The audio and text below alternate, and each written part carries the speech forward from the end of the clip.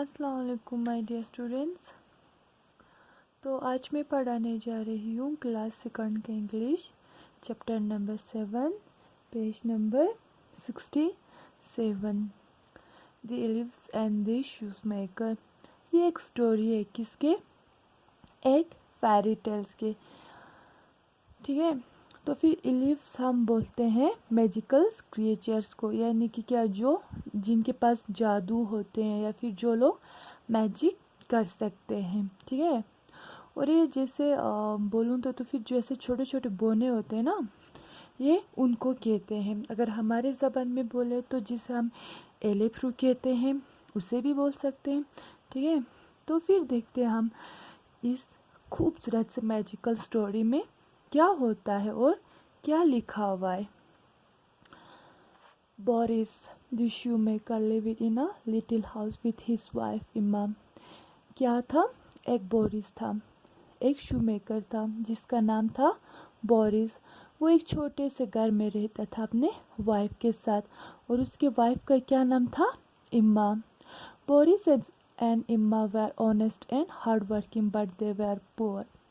जो ये बोरिस और जो इम्मा थे वो दोनों क्या थे, हार्ड वर्किंग थे और ऑनेस्ट भी थे, यानी कि ईमानदार और मेहनती थे, लेकिन वो लोग क्या थे, गरीब थे। One day they had leather to make only one pair of shoe.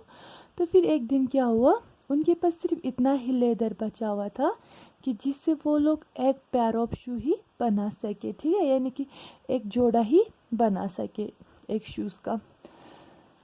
I will cut out this last pair of shoe, said Boris. तो फिर बोरिस ने क्या बोला कि मैं इस आखिरी पैर को, यानी कि ये जो आखिरी जोड़ा है उसे मैं कट, यानी कि क्या करूँगा, कट करके रखूँगा। I will sew them tomorrow, और मैं क्या करूँगा, सुबह इसे सिलूँगा। ठीक है, सीव कहते हैं जैसे सीना, उस चीज़ को अच्छे से सी देना। ठीक है, तो फिर क्या हुआ, the night Boris cut out the leather and left it on the table in his workshop.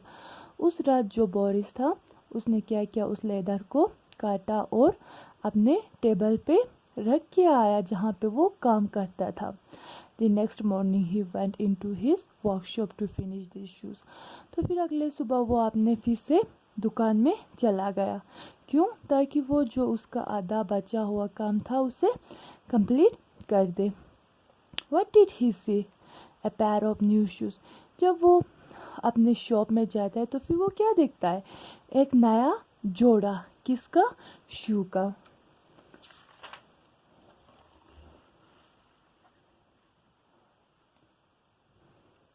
The shoe were so comfortable that Boris sold them quickly.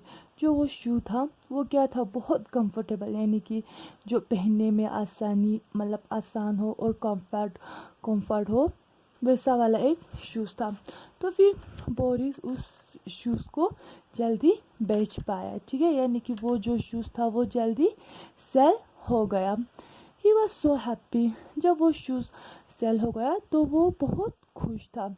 With the money that he got by selling the shoe, he bought leather for 2 more pair of shoes.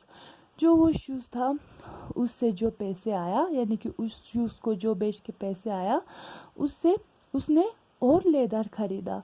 क्यों, क्योंकि वो और पैर बना सके shoes का। ठीक है, The night Boris cut out the leather and left it on the table.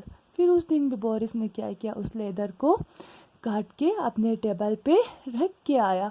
The next morning ही वेंट इनटू हिज वर्कशॉप। और अगले दिन सुबह वो फिर से अपने दुकान में चला गया। And what did he find, और फिर वो दोबारा क्या देखता है, 2 pair of shoe already made.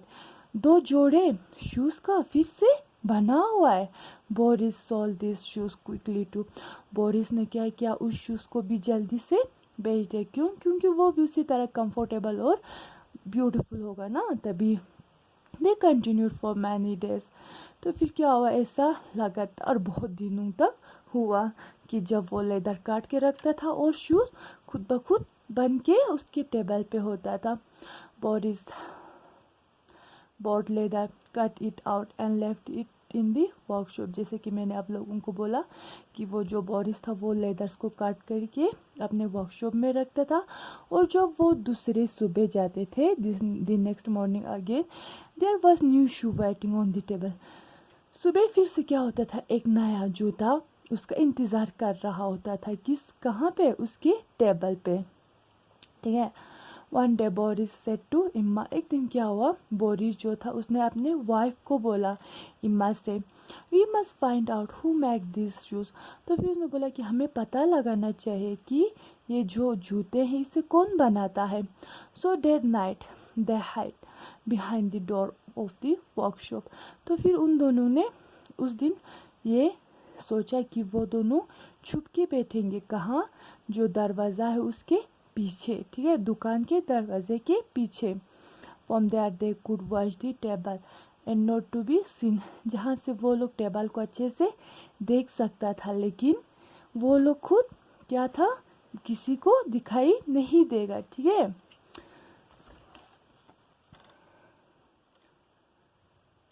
At midnight, two little evils jumped into through the window. फिर क्या हुआ, रात के जो मतलब midnight कहते हैं जैसे हम 12 बजे के बाद या फिर 12 बजे जैसे, तब क्या हुआ, दो लिटिल एविल्स जम करके आया. कहाँ से, विंडो से.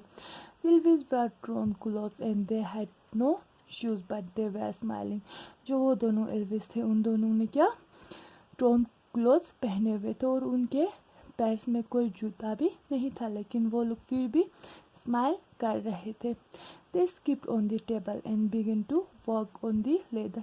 वो लोग टेबल की तरफ आए और क्या किया, उन लोगों ने काम करना स्टार्ट किया उस लेदर पे. Their needles flew back and forth. जो उनके नीडल्स था वो क्या, आगे पीछे हो रहे थे. ठीक है, यानी कि वो लोग क्या कर रहे थे, उस चीज़ को सी रहे थे. ठीक है, तभी हमारा जो नीडल्स है वो क्या होता है, आगे पीछे. Their hammers beat, rap a tap. Soon the work was done and the elves jumped out the window.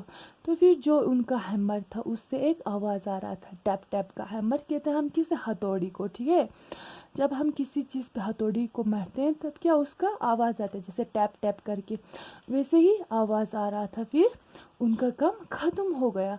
जब उनका काम ख़त्म हुआ तो वो दोनों जो एल्विस थे वो जम करके फिर से विंडो के बाहर चले गए.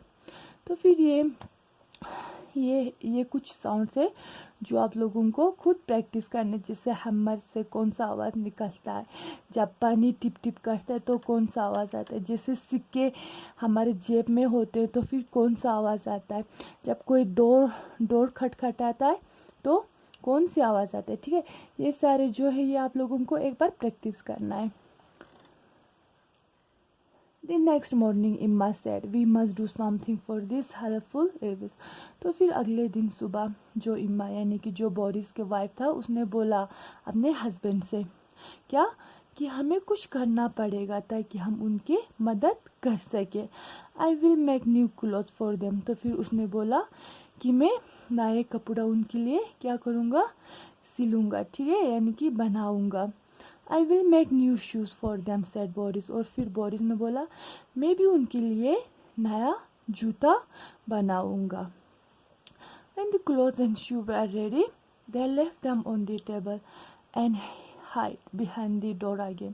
तो फिर जब वो कपड़े और जब वो जूते बन के तैयार हो गए थे तो फिर उन लोगों ने उसे टेबल पे रखा और वो दोनों फिर से कहाँ छुप गए, डोर के पीछे यानी कि दरवाजे के पीछे छुप गए. At midnight, the tiny elves went skipping on the table. तो फिर से रात के 12 बजे जो वो छोटे छोटे दोनों क्या थे, एल्व्स थे, वो दोनों फिर से टेबल की तरफ आए. When they saw the clothes and the shoe, they were amazed. जब उन लोगों ने क्या देखा, छोटे छोटे कपड़े और छोटे छोटे जूते देखे तो फिर वो दोनों बहुत खुश यानी कि सरप्राइज हो गए, हैरान भी हो गए. ठीक है, they clapped their hand in joy and put their new clothes and shoe.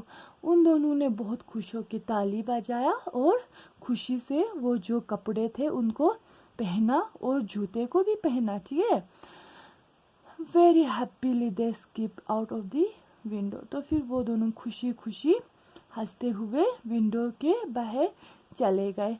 Boris and Emma never saw them again, but they never forget the kind and helpful babies. फिर उस दिन के बाद बोरिस और जो इम्मा था, यानी कि जो बोरिस और उसकी वाइफ था, उन दोनों ने उन छोटे छोटे बोनों को फिर कभी नहीं देखा, लेकिन फिर भी उनको हमेशा याद रहेगा कि वो जो छोटे छोटे बोने थे उन लोगों ने कैसे उनके मदद किया। ठीक है, तो फिर इस स्टोरी से देखो हमें क्या पता चलता है। इस स्टोरी से हमें ये भी सबक मिलता है कि क्या हमें जितना हो सके दूसरों की मदद करना चाहिए।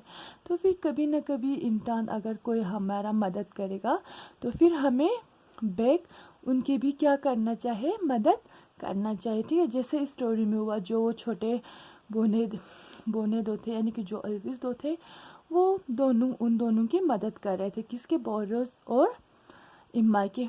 तो फिर बाद में उन दोनों ने भी क्या किया, उन दोनों ने भी सोचा कि वो दोनों भी उन्हें क्या करेंगे, यानी कि खुश करेंगे, यानी कि उनका भी मदद करेंगे। ठीक है, तो फिर अगर हम किसी की मदद करेंगे तो फिर हो सकता है कि कोई कभी हमारा भी मदद कर दे।